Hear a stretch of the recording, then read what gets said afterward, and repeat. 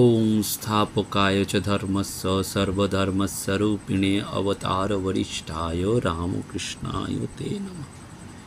শ্রী শ্রী ঠাকুর, শ্রী শ্রী মা এবং স্বামীজি মহারাজের চরণে ভুল লুণ্ঠিত প্রণাম জানাই। প্রাণারাম বাংলা ইউটিউব চ্যানেলে সম্প্রচারিত সৎকথায় প্রতিদিনের মনন তার আজকে 795তম দিনের অনুধ্যান এবং এই 795তম দিনের পর্বে আমরা বৈষ্ণব সকাশে শ্রীরামকৃষ্ণ এই বিষয়ে স্মরণ মনন করব। বিশিষ্ট লেখক এবং শিক্ষক শ্রী চিন্ময়ী প্রসন্ন ঘোষ মহাশয়ের একটি নিবন্ধ আলোকে আমরা আজকে স্মরণ করব এবং আপনাদের জানিয়ে রাখা যে আগামী রথযাত্রার পুণ্য পবিত্র তিথিতে শ্রী শ্রী রাধা গোবিন্দ জিউ মন্দির শুকচরে এই রথযাত্রা উৎসব সাড়ম্বরে উদযাপিত হবে। যারা পূজা, হোম, পাঠ এসব দেখতে চান তারা অবশ্যই মন্দিরে যোগাযোগ করবেন। আমরা জানি যে গোস্বামী যেহেতু আজকের শিরোনামের বিষয় বা আলোচনার বিষয় বৈষ্ণব গোস্বামী সকাশে শ্রীরামকৃষ্ণদেব, তাই আমাদের প্রথমে বুঝে নিতে হয় যে এই গোস্বামী শব্দের আক্ষরিক অর্থ কী। গোস্বামী মানে গরুর প্রভু বা পালনকর্তা, কিন্তু গুরার্থে এটি ইন্দ্রিয়ের প্রভু বা ঋষিকেশ শ্রীকৃষ্ণকে বোঝায়। তাই বৈষ্ণব ধর্মে যারা ইন্দ্রিয়কে নিয়ন্ত্রণ করে সন্ন্যাস ধর্ম পালন করেন তাঁদেরই গোস্বামী বলা হয়। এবং বৃন্দাবনের ষড় গোস্বামী জগৎ বিখ্যাত। ভগবান শ্রীরামকৃষ্ণ পরমহংসদেব তিনি যুগাবতার, তাই তিনি সর্বধর্ম সমন্বয়ের ভাব এই গোসাইজিদের মধ্যেও প্রচার করেছিলেন যুগ সংকটের সেই ঘন সন্দিগ্ধ মতান্ধতার মুহূর্তে উত্তরণের দিশা দেখানোর জন্য তিনি এটি করেছিলেন। এবং সমস্ত মতের, সমস্ত পথের সমন্বয় মূর্তি হচ্ছেন আমাদের ঠাকুর। তাই স্বামীজির ভাষায় তিনি অবতার বরিষ্ঠ। মাস্টারমশাইকে ঠাকুর বলছেন, মনুষ্যলীলা কেন জানো না, এর ভিতর তাঁর কথা শুনতে পাওয়া যায়, এর ভিতর তাঁর বিলাস, এর ভিতর তিনি রসাস্বাদন করেন। সেজন্য ঠাকুর বলছেন চৈতন্যদেব অবতার। তিনি যা করে গেলেন তারই কি রয়েছে বলো দেখি, আর যে আদেশ পাই নাই তার লেকচারে কি উপকার হবে। অর্থাৎ ঈশ্বরের আদেশ চাপরাস না পেলে লোকশিক্ষা হয় না। আমরা জানি যে নদের নিমাইয়ের আবির্ভাবের প্রায় 500 বছরের ব্যবধানে দক্ষিণেশ্বরে লীলা করেছেন ভগবান শ্রীরামকৃষ্ণ পরমহংসদেব। ভৈরবী ব্রাহ্মণী এক কথায় বলেছেন তিনি নিত্যানন্দের খোলে চৈতন্যের অবতার। এবং তৎকালীন কর্তাভজা সম্প্রদায়ের সাধক, পণ্ডিত সমাজের বৈষ্ণবচর গোস্বামী সবাই ঠাকুরকে ঈশ্বরের অবতার রূপে ঘোষণা করেছিলেন। একবার ভাব সমাহিত অবস্থায় ঠাকুর বৈষ্ণব চরণের স্কন্ধে আরোহণ করেছিলেন। এতে উৎফুল্ল হয়ে তিনি ঠাকুরের বন্দনা গেয়েছিলেন।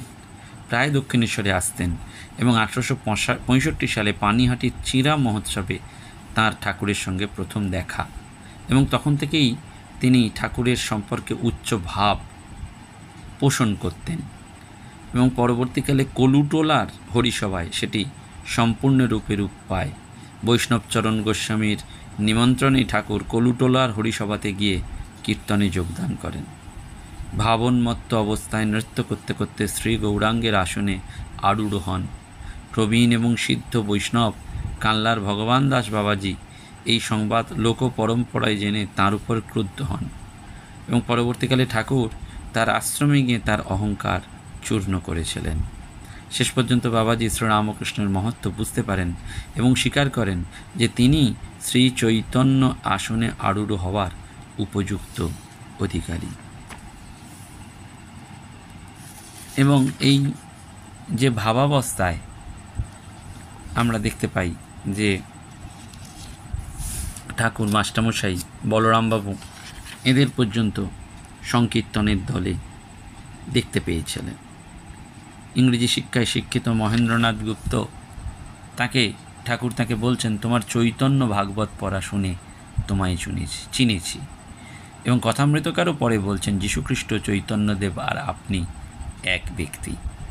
সেজন্য নবরূপে দক্ষিণেশ্বরের গৌড় গোসাই এই নবরূপ দান করতে এসেছিলেন, যেটি প্রেমের মূর্তরূপ।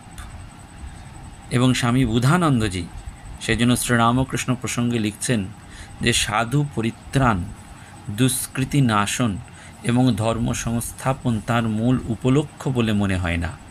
ভাগবত প্রেম সংবাহনী শ্রীরামকৃষ্ণ প্রাণের বিশেষ দোতনা বলে মনে হয়। পূর্ব অবতার শ্রী চৈতন্য সম্পর্কে ঠাকুর শ্রীরামকৃষ্ণদেবও তাই বলেছেন যে শ্রী চৈতন্য ভক্তির অবতার, জীবকে ভক্তি শিখাতে এসেছিলেন। এবং সেইটি যে ভাগবত প্রেম প্রবাহকে নিরবিচ্ছিন্ন এবং শুদ্ধায়িত করার জন্য নাম মাহাত্ম্যকে আবার এই সংস্কার করতে দেখা যায় দক্ষিণেশ্বরের গোড়া রায়কে। আমরা সেই গোস্বামীদের সকাশের কথা স্মরণ করছি। এক বৈষ্ণব গোস্বামী এসেছেন ঠাকুরের ঘরে। দক্ষিণেশ্বরে ভক্ত পরিবৃত হয়ে রয়েছেন ঠাকুর। গোস্বামীদের দেখলেই মাথা নিচু করে প্রণাম করতেন ঠাকুর, কখনো কখনো সম্মুখে সাষ্টাঙ্গ হতেন। সময়টা ছিল 1883 11ই মার্চ। ঠাকুর গোস্বামীজিকে প্রশ্ন করছেন, আচ্ছা তুমি কি বলো, উপায় কি? গোস্বামীজি বললেন, আজ্ঞা নামেতেই হবে, কলিতে নাম মাহাত্ম্য। শ্রীরামকৃষ্ণ তখনই বলছেন, হ্যাঁ, নামের খুব মাহাত্ম্য আছে বটে, তবে অনুরাগ না থাকলে কি হয়? ঈশ্বরের জন্য প্রাণ ব্যাকুল হওয়া দরকার। শুধু নাম করে যাচ্ছে কিন্তু কামিনী কাঞ্চনে মন রয়েছে, তাতে কি হয়? উপমা দিয়ে বলছেন, বিছে বা ডাকুর কামড় অমনি মন্ত্রে সারে না, ঘুঁটের ভাবড়া দিতে হয়। অর্থাৎ মন্ত্র তো চাই, কিন্তু ঘুঁটের ভাবড়াও লাগবে, মনকে তন্নিষ্ঠ করতে হবে। কাম কাঞ্চনে ডুবে থেকে মন্ত্র বা নাম নিলে হবে না। শ্রী চৈতন্যদেবও এই একই কথা বলেছেন। সেজন্য পরবর্তীকালে ঠাকুর মহিমাচরণ চক্রবর্তীকে বলছেন, বীর্য ধারণ না করলে এসব ধারণ হয় না। একজন চৈতন্যদেবকে বললেন যে এদের এত উপদেশ দেন, তেমন উন্নতি করতে পারছে না কেন? তিনি বললেন, এরা যোশিত সঙ্গ করে সব অপব্যয় করে, তাই ধারণা করতে পারে না। ফুটো কলসিতে জল রাখলে জল ক্রমে ক্রমে বেরিয়ে যায়। শ্রী চৈতন্যদেব বিবাহ করে লোকশিক্ষার জন্য সন্ন্যাস নিয়েছিলেন। গৃহধাম ত্যাগ করে পুরী চলে গেছেন, এটাও ঠাকুর বলেছিলেন। এবং বলেছিলেন, সাধু সন্ন্যাসী নিজের মঙ্গলের জন্য কামিনী কাঞ্চন ত্যাগ করবে, আবার নির্লিপ্ত হলেও লোকশিক্ষার জন্য কামিনী কাঞ্চন রাখবে না। ন্যাসী সন্ন্যাসী জগৎগুরু, তাকে দেখে তবে তো লোকের চৈতন্য হবে। কিন্তু ঠাকুর স্ত্রীকে কাছে রেখে জগন্মাতার জ্ঞানী মনে ত্যাগ করেছেন। এবং কাঞ্চন ত্যাগেরও এমন পরাকাষ্ঠা যে আমরা জানি, সামান্য ধাতু স্পর্শ করতে পারতেন না, টাকা ছুঁলেই অসাড় হয়ে যেত। অর্থাৎ সন্ন্যাস এবং গৃহস্থ আশ্রম দুটোরই আদর্শ স্থাপন করে জীবকে অভূতপূর্ব শিক্ষা দান করলেন ভগবান শ্রীরামকৃষ্ণ পরমহংসদেব। বৈষ্ণব গোস্বামী নতুন কথা শুনে চমকে গেলেন। কলিতে নাম মাহাত্ম্যের কথা তো শাস্ত্রে রয়েছে, শ্রী চৈতন্য মহাপ্রভু এসেও নাম সংকীর্তন করলেন, কিন্তু ঠাকুর বললেন শুধু নাম মন্ত্রে হবে না, ঘুঁটের ভাবড়ার মতন ব্যাকুলতা অনুরাগ চাই, আর কাম কাঞ্চনে বিরাগটিও দরকার। তাই গোস্বামীজি আবার তর্ক করতে উদ্যোগী হলেন। বললেন, অজামিলের কথা, মৃত্যুকালে নারায়ণ বলে ছেলেকে ডেকে সে উদ্ধার হয়ে গেল, কিন্তু সে তো মহাপাপী, এমন পাপ নেই যে সে করেনি। তখন ঠাকুর বলছেন, হয়তো পূর্বজন্মে তার অনেক সুকর্ম করা ছিল, আর সে পরে তপস্যাও করেছিল। হাতিশালায় ঢোকবার আগে হাতিকে স্নান করালে গা পরিষ্কার থাকে। বলেন, নামেতে একবার শুদ্ধ হলো, কিন্তু তারপরেই হয়তো আবার নানান পাপে লিপ্ত হয়। তাই নাম করো, সঙ্গে সঙ্গে প্রার্থনা করো যাতে ঈশ্বর এতে অনুরাগ হয়, আর যেসব জিনিস দুদিনের জন্য, টাকা, মান, দেহের সুখ, তাদের ওপর যাতে ভালোবাসা কমে যায়, প্রার্থনা করো। এবার গোস্বামীজিকে বৈষ্ণব ধর্ম এবং সাম্প্রদায়িকতার কথাও বলছেন আন্তরিক হলে সব ধর্মের ভেতর দিয়ে ঈশ্বরকে পাওয়া যায়। বৈষ্ণবরাও পাবে, শাক্তরা পাবে, বেদান্তবাদীরা পাবে, ব্রহ্মজ্ঞানীরা পাবে, সবাই। অর্থাৎ আমার ধর্ম ঠিক, আমার মত ঠিক, আর সকলেরটা মিথ্যা, এই বুদ্ধিটাই খারাপ। এবং এটাই কিন্তু বিদ্বেষ আনে, মারামারি, লাঠালাঠি এনে দেয়, কারণ সহনশীলতার অভাব। অর্থাৎ দেখুন ঠাকুর কত প্র্যাকটিক্যালি আমাদের বোঝাচ্ছেন। এবং সর্বধর্ম সমন্বয়ের ভাবটুকু বলে ঈশ্বর দর্শনের উপর জোর দিয়ে বলছেন সাক্ষাৎ দর্শন হলে তবে ঠিক ঠিক বলা যায় তিনি সাকার না নিরাকার না আরও কত কী।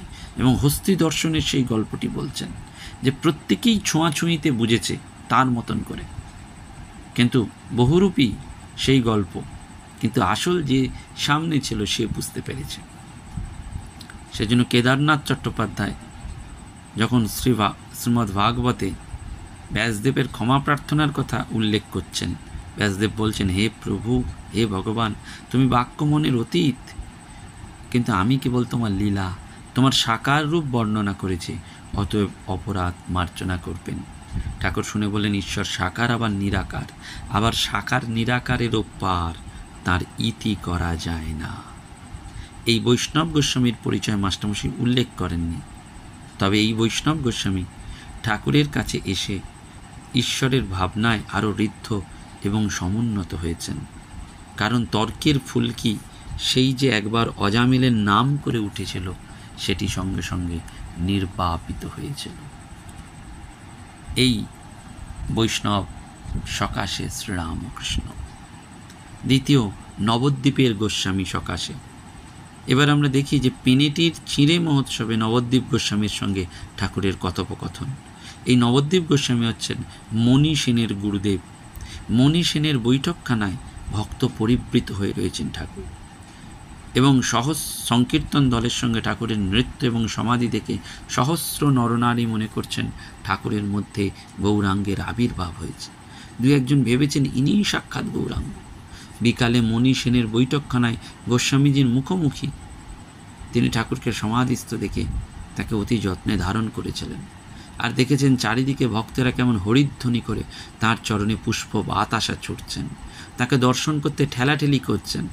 অর্ধবাহ্য অবস্থায় ঠাকুর নাচছেন, বাহ্যদশায় গান করছেন, যাদের হরি বলতে নয়ন ঝরে তারা, ওই তারা দু ভাই এসেছে রে। এবার নবদ্বীপ গোস্বামীকে যেন নবদ্বীপ চন্দ্রের কথা বলে নিজের অবস্থা বলছেন যে ভক্তি পাকলে ভাব, তারপর মহাভাব, তারপর প্রেম, তারপর বস্তুলাভ। গৌরাঙ্গের মহাভাব প্রেম, এবং এই প্রেম হলে জগৎ ভুল হয়ে যায়, আর নিজের দেহ যে এত প্রিয় সেটাও ভুল হয়ে যায়। এবং গৌরাঙ্গের অর্ধদশা, অর্ধবাহ্যদশা, বাহ্যদশার কথা নবদ্বীপ গোস্বামী উল্লেখ করেছেন। সেজন্য ঠাকুর বলছেন অন্তর্দশায় তিনি সমাধিস্থ থাকতেন, অর্ধবাহ্য দশায় নৃত্য আর বাহ্য দশায় নাম সংকীর্তন করতেন। কিন্তু বৈষ্ণব গোস্বামী তিন অবস্থা শ্রী রাধাকৃষ্ণের যে হলো সে কথা মনে কি ভেবেছেন? ঠাকুর তার নিজের স্বরূপ যেন বুঝিয়ে দিচ্ছেন। এবং সেই জন্য নবদ্বীপ গোস্বামী তার ছেলেকে এনে ঠাকুরের সঙ্গে যেমন আলাপ করিয়ে বলছেন যে ছেলে খুব শাস্ত্র পড়ে। ঠাকুর বলেন বেশি শাস্ত্র পড়াতে আরও হানি হয়, শাস্ত্রের সার জেনে নিতে হয়, তারপর আর গ্রন্থের কি দরকার, সারটুকু জেনে ডুব মারতে হয় ঈশ্বর লাভের জন্য। ঠাকুর বেদান্ত পড়েননি, কিন্তু জগন্মাতা তাকে জানিয়ে দিয়েছেন ব্রহ্মসত্য জগৎ মিথ্যা, গীতার সার কথা ত্যাগী। সেজন্য নবদ্বীপ গোস্বামী স্বীকার করলেন ত্যাগী আর তাগী মানে এক। ঠাকুর সঙ্গে সঙ্গে বললেন 10 বার গীতা গীতা বললে যা হয় তাই গীতার সার। বৈষ্ণব ধর্মে গীতা পাঠ রয়েছে, এবং সেই পাঠ করে তো শুধু লাভ নেই, সার কথা ত্যাগ, অর্থাৎ হে জীব সব ত্যাগ করে ভগবানকে পাওয়ার জন্য সাধনা করো। তখন নবদ্বীপ গোস্বামী ব্যাকরণগত কোনো ত্রুটি না পেয়ে বললেন ত্যাগ করবার মন হচ্ছে কই? ঠাকুর সঙ্গে সঙ্গে বললেন তোমরা গোস্বামী, তোমাদের ঠাকুর সেবা আছে, তোমাদের সংসার ত্যাগ করলে চলবে না, তাহলে ঠাকুর সেবা কে করবে? তোমরা মনে ত্যাগ করবে। অর্থাৎ লোকশিক্ষার জন্য এই ঈশ্বর গোস্বামীদের সংসারে রেখেছেন। শ্রীকৃষ্ণ যেমন অর্জুনকে যুদ্ধের কথা বলতে গিয়ে বলছেন, তুমি ইচ্ছা করলেই যুদ্ধ থেকে নিবৃত্ত হতে পারবে না, তোমার প্রকৃতিতে তোমায় যুদ্ধ করাবে। এই গোস্বামীজি এবং তার ছেলে উপস্থিত ভক্তেরা অবাক। শ্রীকৃষ্ণই যে দেহান্তরে শ্রীরামকৃষ্ণ রূপে তাদের সামনে দাঁড়িয়ে আছেন তারা বুঝতে পারছেন না। কিছুটা প্রকৃতিস্থ হয়ে নবদ্বীপ গোস্বামীকে ঠাকুর বলছেন, যোগ ভোগ, তোমরা গোস্বামী বংশ, তোমাদের দুই আছে, এখন কেবল তাকে প্রার্থনা করো, আন্তরিক প্রার্থনা, হে ঈশ্বর, তোমার এই ভুবন মোহিনী মায়ার ঐশ্বর্য আমি চাই না, আমি তোমায় চাই। অন্তর্যামী ঠাকুর নবদ্বীপ গোস্বামীর ভাবনাটুকু বুঝেছিলেন। মণি সেন এলেন ব্রাহ্মণ এবং বৈষ্ণবদের দক্ষিণা দিয়ে বিদায় জানাতে। 1 টাকা 2 টাকা যাকে যেমন দিচ্ছেন, ঠাকুরকে দিতে গেলেন 5 টাকা। ঠাকুর বললেন, আমার টাকা দিতে নেই, নিতে নেই। মণি সেন তবুও ছাড়ছেন না। ঠাকুর বললেন, যদি দাও তোমার গুরুর দিব্য। মণি সেন আবার দিতে এলেন। অধৈর্য হয়ে ঠাকুর মাস্টারকে বললেন, কেমন গো নেব? মাস্টার আপত্তি করলেন। মণি সেনের লোকেরা তখন আম সন্দেশ কেনার নাম করে রাখালের হাতে দিলেন। ঠাকুর মাস্টারকে বলছেন, আমার গুরুর দিব্য দিয়েছি, আমি এখন খালাস, রাখাল নিয়েছে, সে বুঝুককে। এবং গুরুকে কি চোখে দেখেন তাও ঠাকুর স্পষ্ট করে দিলেন। এবং নবদ্বীপ গোস্বামীকে দেওয়া উপদেশ, ত্যাগের আদর্শ, সেটাও নিজের জীবনে পালন করে দেখালেন। আমরা পরবর্তী পর্বে এই বৈষ্ণব সকাশে শ্রীরামকৃষ্ণ স্মরণ করব। প্রাণারাম প্রাণারাম প্রাণারাম প্রাণারাম প্রাণারাম প্রাণ